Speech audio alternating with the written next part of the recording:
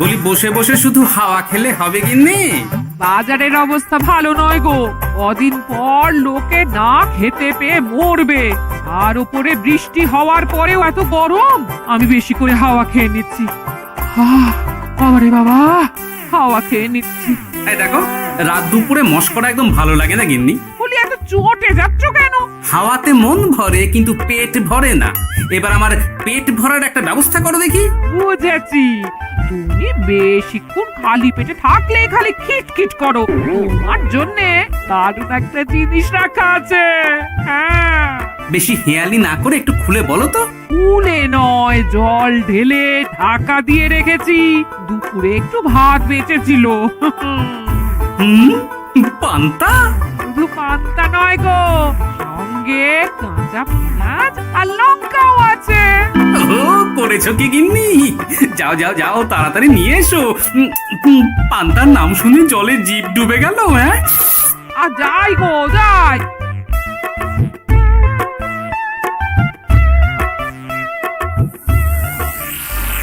ও মা গো, পান্তা চুরি হয়ে গেছে গো।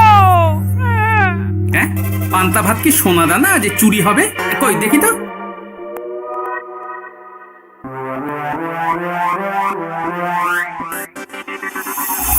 শুধু পান্তা নয় গিন্নি, সঙ্গে পেঁয়াজ লঙ্কা সব নিয়ে গেছে।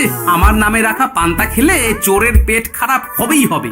এই গোপাল ভাঁড় অভিশাপ দিল। চোর ঢুকলো কোথা থেকে আর বেরিয়ে গেলই বা কোথা থেকে? না না না না, নিশ্চয়ই ভূতের কাজ গো। বাবারে বাবা, আমাদের বাঁচাও ঠাকুর, বাঁচাও। ভূত? এর মধ্যে ভূত এলো কোথা থেকে শুনি? বাইরের খোঁজ খবর তো কিছুই রাখো না দেখছি। আজকাল রাজ্যে নতুন এক উৎপাত শুরু হয়েছে। চোখের পলক ফেলতে না ফেলতে ভূত হাত থেকে বাজারের ব্যাগ ছিনিয়ে নিয়ে পালাচ্ছে গো। তাই বুঝি? দেখি তো, এটা ভূতের কাজ না মানুষের?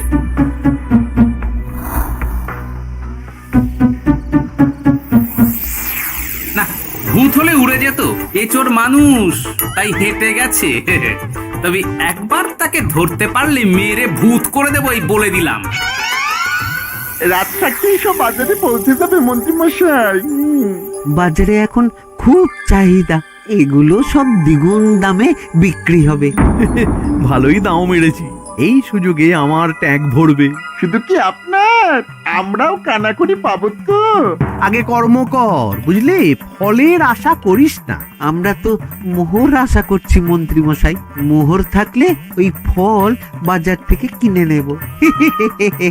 আবার কথা, নে নে তাড়াতাড়ি কর তোরা, আলো ফোটার আগে সব কাজ ছেড়ে ফেলতে হবে।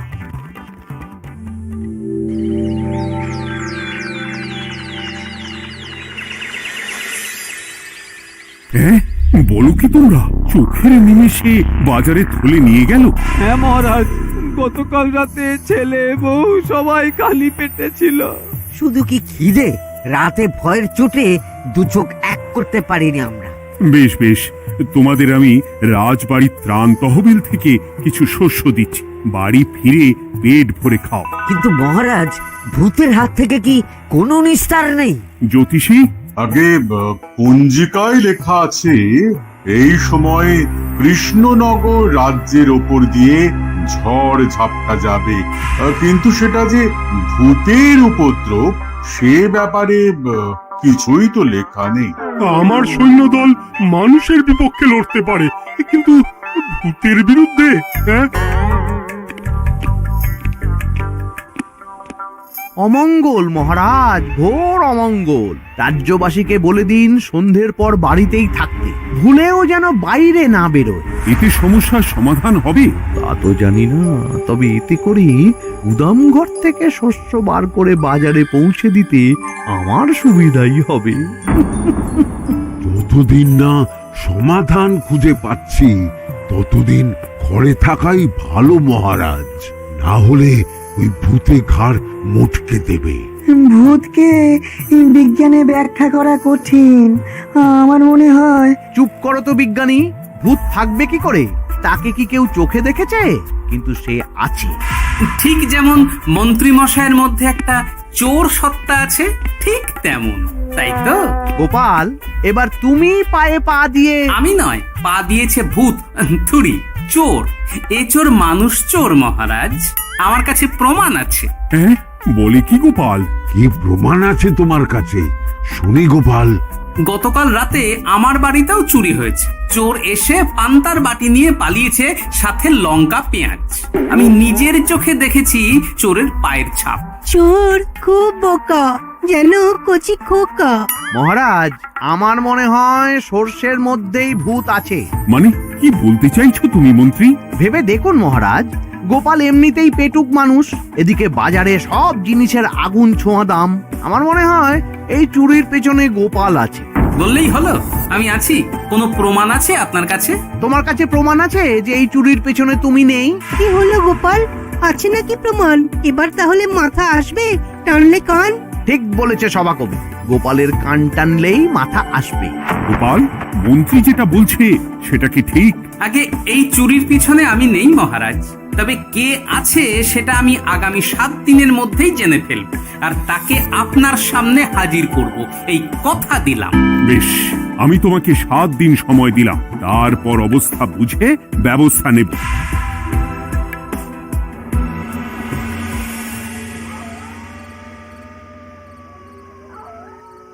সমাধান খুঁজতে গিয়ে নিজের ঘাড়েই দোষ এসে পড়লো। এবার সবার প্রথমে নিজেকে নির্দোষ প্রমাণ করতে হবে, আর সেটা হবে আসল চোরকে হাতে নাতে ধরতে পারলেই। কি ব্যাপার, জঙ্গলের মধ্যে ধোঁয়া? না, ব্যাপারটা একটু দেখতে হচ্ছে তো। এই গরমে বনভোজন, তাও আবার একা, কিন্তু এটা কি? কেলে পচা, কিন্তু এসব কেলে পচার কাজ না। শুকনো ডাঙায় মাছ ধরে মজা নেই। মাছ ধরবো জলে ছিপ ফেলে, তারপর টোপ গিললেই হ্যাচকা টান। আমার নামও গোপাল ভাঁড়।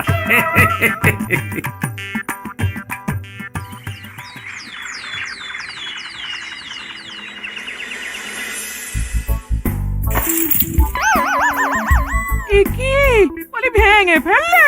এতে তো আমাদের সঞ্চয় ছিল গো।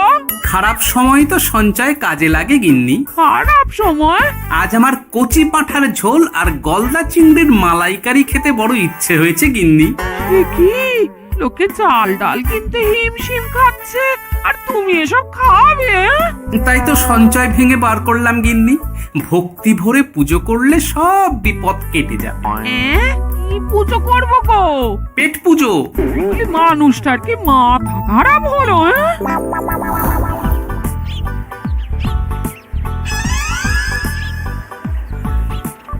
দাও দেখি ভাই।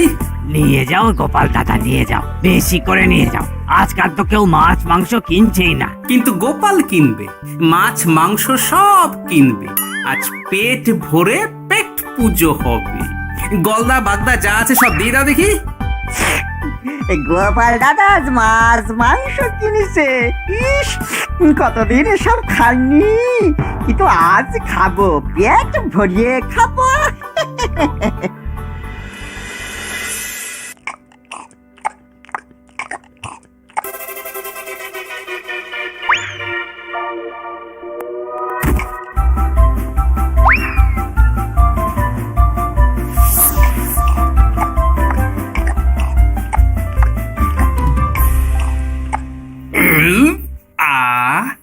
শান্তি। গিন্নি গো, এবার কি চাই? তোমার হাত আমাকে টেনে তোলো। এত খেয়েছি যে উঠতে পারছি না গিন্নি। এই জন্যে বলি বুঝে খাও, বুঝে খাও। এত মাছ মাংস কি কেউ আনে গো?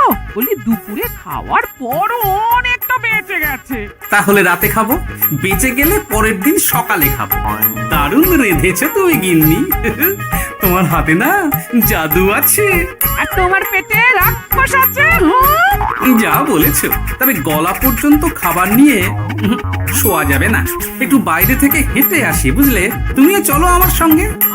আমি কেন? আরে এসো না গিন্নি, ভালো লাগবে।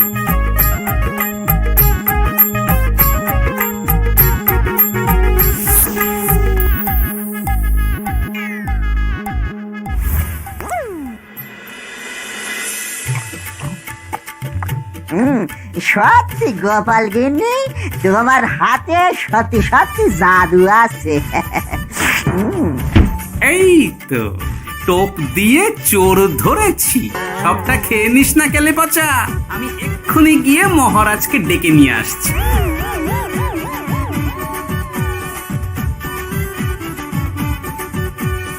এত তাড়াহুড়ো করছো কেন গোপাল?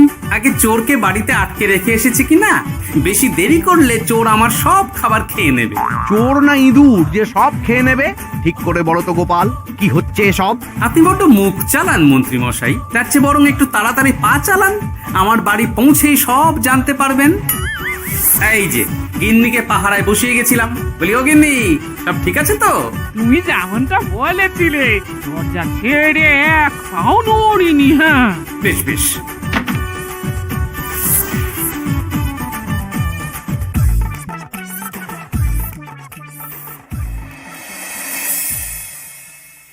কোথায় কোথায় চোর?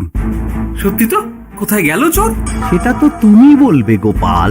না মানে আই দিনে দুপুরে মশকরা হচ্ছে। মন্ত্রী মশাই ঠিকই বলেছিলেন মহারাজ, এসবের পেছনে গোপাল আছে। এসব চোখে ধুলো দেওয়ার চেষ্টা মহারাজ। ঠিক ঠিক, আমাদের লক্ষ্যচ্যুত করার চেষ্টা। গোপাল, অনেক হয়েছে। হয় তুমি আগামী 5 দিনের মধ্যে চোরকে প্রমাণ সমেত ধরবে, নয়তো রাজ্য ছেড়ে চলে যাবে। কিন্তু মহারাজ। থাক, আমি আর একটা কথাও শুনতে চাই না। চলো সবাই। বেশ হয়েছে।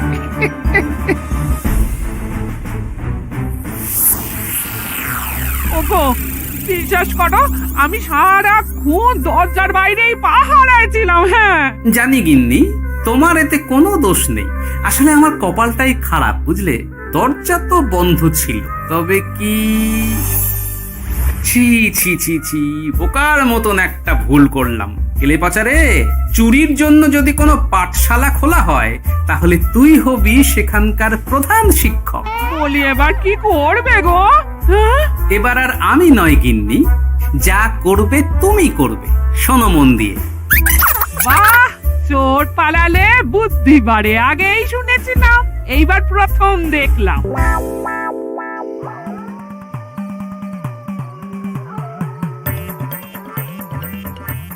আর মানুষটার মাথায় যে কি চলছে বুঝি না বাপু। হ্যাঁ, বলি এক ঘরে এত খাবার থাকতে বলে কিনা আবার বাজার করে নিয়ে এসো। হ্যাঁ, কাজ হয়ে গেছে, যাই খবরটা দিয়ে আসি। হ্যাঁ,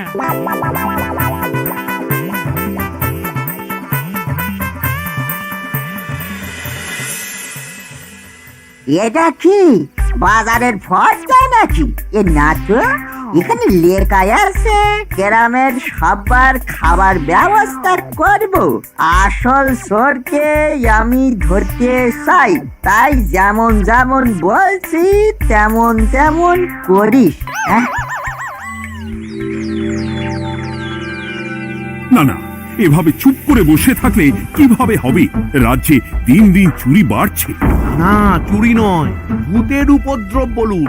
হ্যাঁ মহারাজ, ভূতকে চোর বললে রেগে গিয়ে যদি ঘাড় মটকে দেয়। হয়ে যাক নতুন আয়োজন, একটা যজ্ঞ করা খুব প্রয়োজন।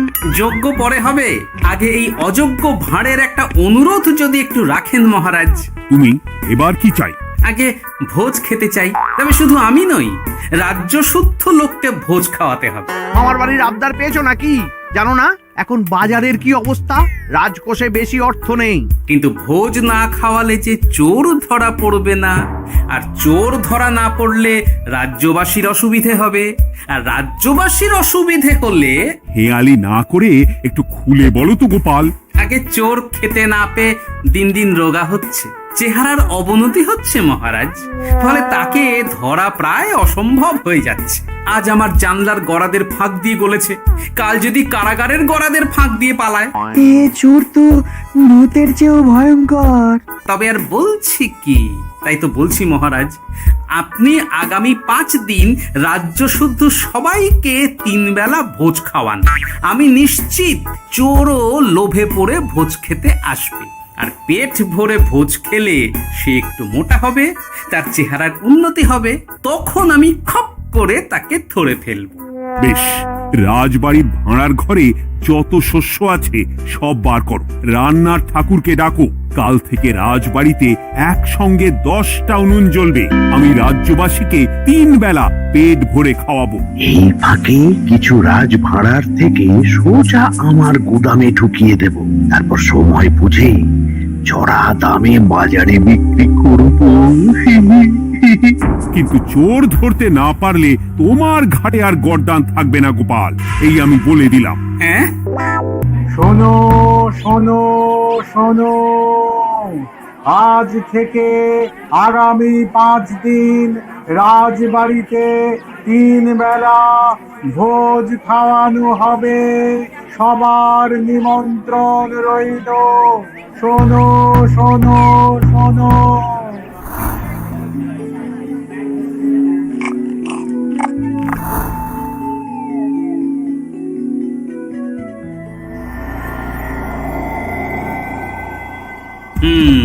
যেমনটা ভেবেছিলাম ঠিক তেমনটাই হয়েছে। এবার আমাকে শুধু জানতে হবে মন্ত্রীমশাইয়ের গোপন ডেরাটা কোথায়।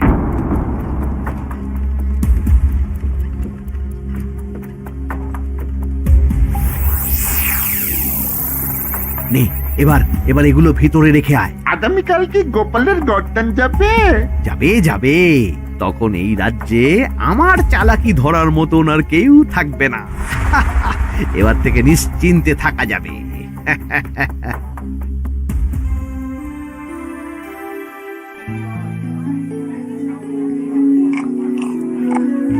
এই যে গোপাল, আজ কিন্তু পঞ্চম তথা শেষ দিন, মাথায় আছে তো? আছে আছে, তাই তো খালি পেটে এসেছি মহারাজ, পেট ভরে ভোজ খাবো বলে। মহারাজ চোর ধরার কথা বলেছেন গোপাল, চোরকে ধরতে পারলে তুমি? চোর সে তো এখানেই আছে। তাই না? সে কে? এই সেই চোর মহারাজ। কি লেপোছা? এটা কিন্তু ঠিক হলো না গোপাল দাদা। তুমি বলেছিলে ভোজ খেতে আসতে, আর বলেছিলে আসল চোরকে ধরবে। কি করব বলো কেলে পচা, কাতলা ধরতে গিয়ে ছিপে আগে চুনো পুটে উঠেছে। এসব কি হচ্ছে গোপাল? আমি নয়, কেলে পচা বলবে। বল কেলে পচা, তুই চুরি করছিলি কেন? খাবো বলে। বাজারের জিনিসের যে খুব দাম মহারাজ, এত পয়সা কোথায় যে কিনে খাবো, তাই তো পেট ভরানোর জন্য লোকের বাজারের থলি চুরি করেছিলাম। শুধু কেলে পচা নয় মহারাজ, আমার মতো সকল মধ্যবিত্ত মানুষের একই সমস্যা। বাজারে জিনিসের আগুন ছোঁয়া দাম, কিন্তু কেন এই দাম বাড়লো মহারাজ? কারণ এই বছর পর্যাপ্ত পরিমাণ ফসল হয়নি। এটা আপনাকে কে বলেছে মহারাজ? কেন, এসব হিসেব যে রাখে মন্ত্রী। ইয়ে মানে ঠিকই তো বলেছি। তাই নাকি? নিয়ে এসো তো। আমাদের ক্ষমা করে দিন মহারাজ, মন্ত্রীমশাইয়ের বুদ্ধিতে আমরা খাজনার নাম করে চাষিদের থেকে সকল ফসল নিয়ে গুদামে রেখেছিলাম। যাতে বাজারে আগুন ছোঁয়া দাম হলে আমরাও বেশি দামে বাজারে বিক্রি করতে পারি।